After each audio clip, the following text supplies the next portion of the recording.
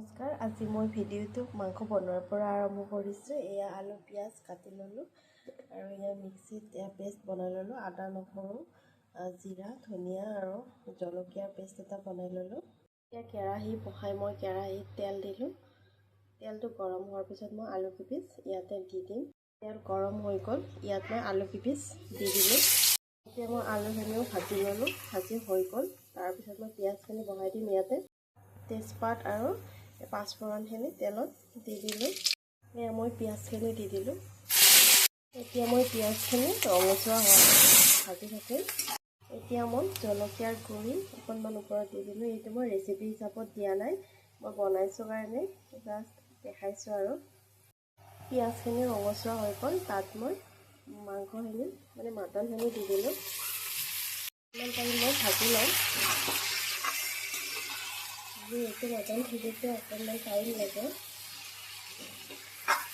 এয়া মই ভাজি আছোঁ। তাৰপিছত 5 মিনিটমান মই ঢাকনিখন লগাই দিম। যিহেতু মটন সিজোতে অকণমান টাইম লাগে, ঢাকনি মাৰি মাৰি সিজাব লাগিব। এতিয়া মই ঢাকনিখন উঠাই চালোঁ, চাই আৰু অকণমান টাইম মই ভাজি ল'ম। পিঁয়াজটো যাতে ভালদৰে গলে।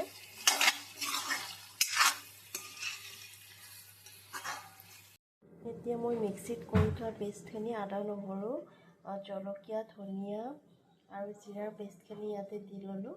লৈ মই মিলাই ল'ম।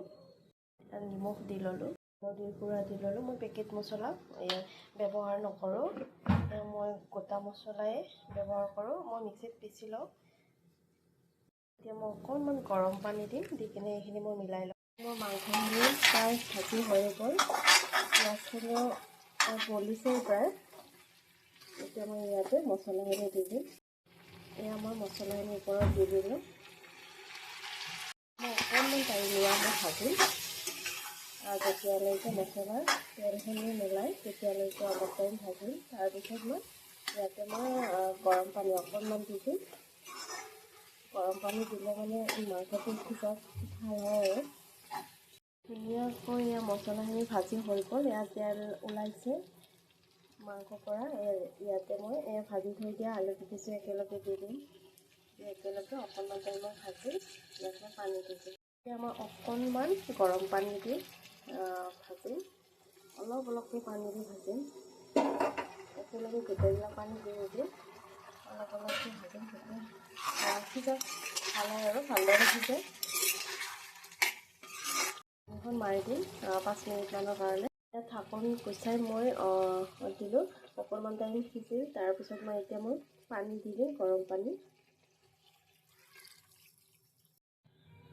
এতিয়া মোৰ মটন বনোৱা হৈ গ'ল, ভালদৰে সিজি গ'ল। তাৰ ওপৰত মই অকণমান গৰম মছলা ছটিয়াই দিছোঁ, অকণমান ঘি দিম। এতিয়া মই ইয়াতে ঘিউ দি দিলোঁ, দেশী ঘিউ, ঘৰতে বনাইছিলোঁ মই। এয়া মোৰ আঞ্জা হৈ গ'ল বনোৱা।